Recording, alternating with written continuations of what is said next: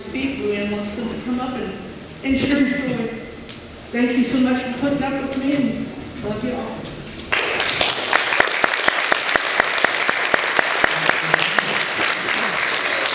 So this is an open stage time in the Bluegrass Club tradition. Speakers and musicians, is that right? Anybody that wants to come up and share a story or a song? Go on. Oh, I thought you were going to say something. Well, I'm here to help Gary because we didn't tell Gary a darn thing. Well, that's standard.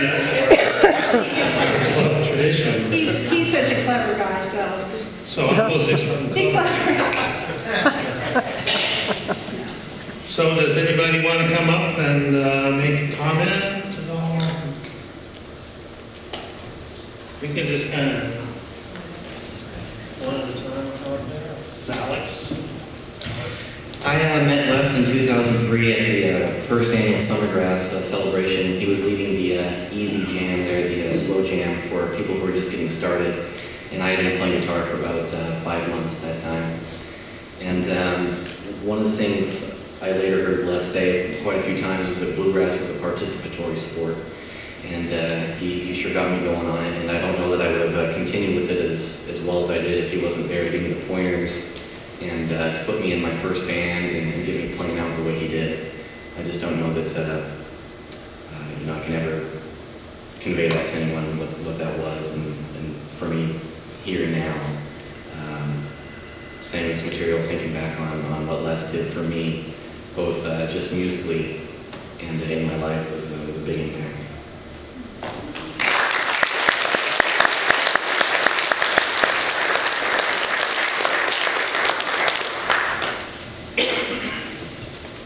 Mike Tatar?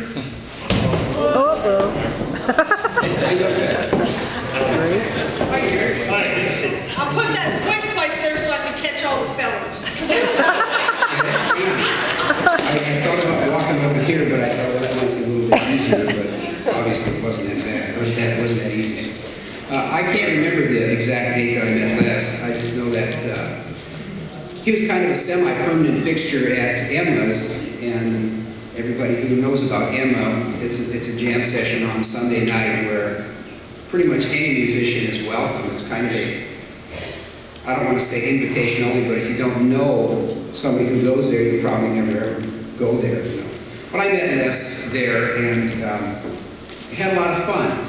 I'm wearing part of Les' attire today. I was going to dress up something a little different, but anybody who knows Les knows that he was always wearing Hawaiian shirts. So this is my tribute to Les. Hawaiian shirt.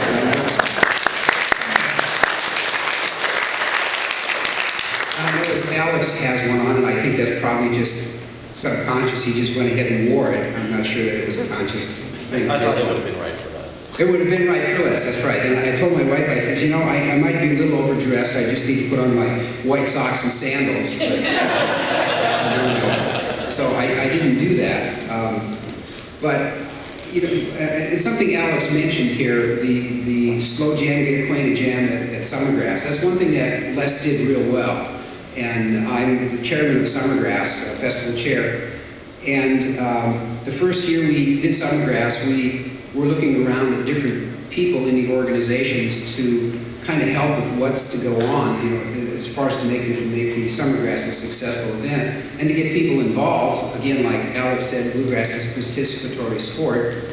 And his name came up, he and Luann, and we thought, what a perfect person to do that, because again, his Hawaiian shirts, you know, my wife made a comment this morning that, you know, it represents joy, happiness. You think of Hawaii, you think of having fun.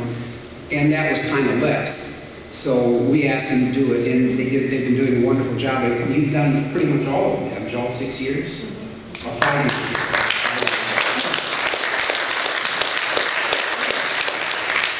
And we intend to have a festival again this year, and if you're interested, the slot's open.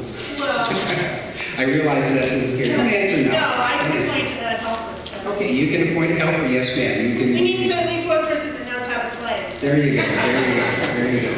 And one thing I need to pass on to Alex, people pick up instruments, and depending on what proficiency you are with the instruments, some of them get some really, really great sounds and tones out of those instruments. And I know this, that there's a lot of notes in that guitar. It's just up to you to figure out how to get them out. Because Les put some of them in there.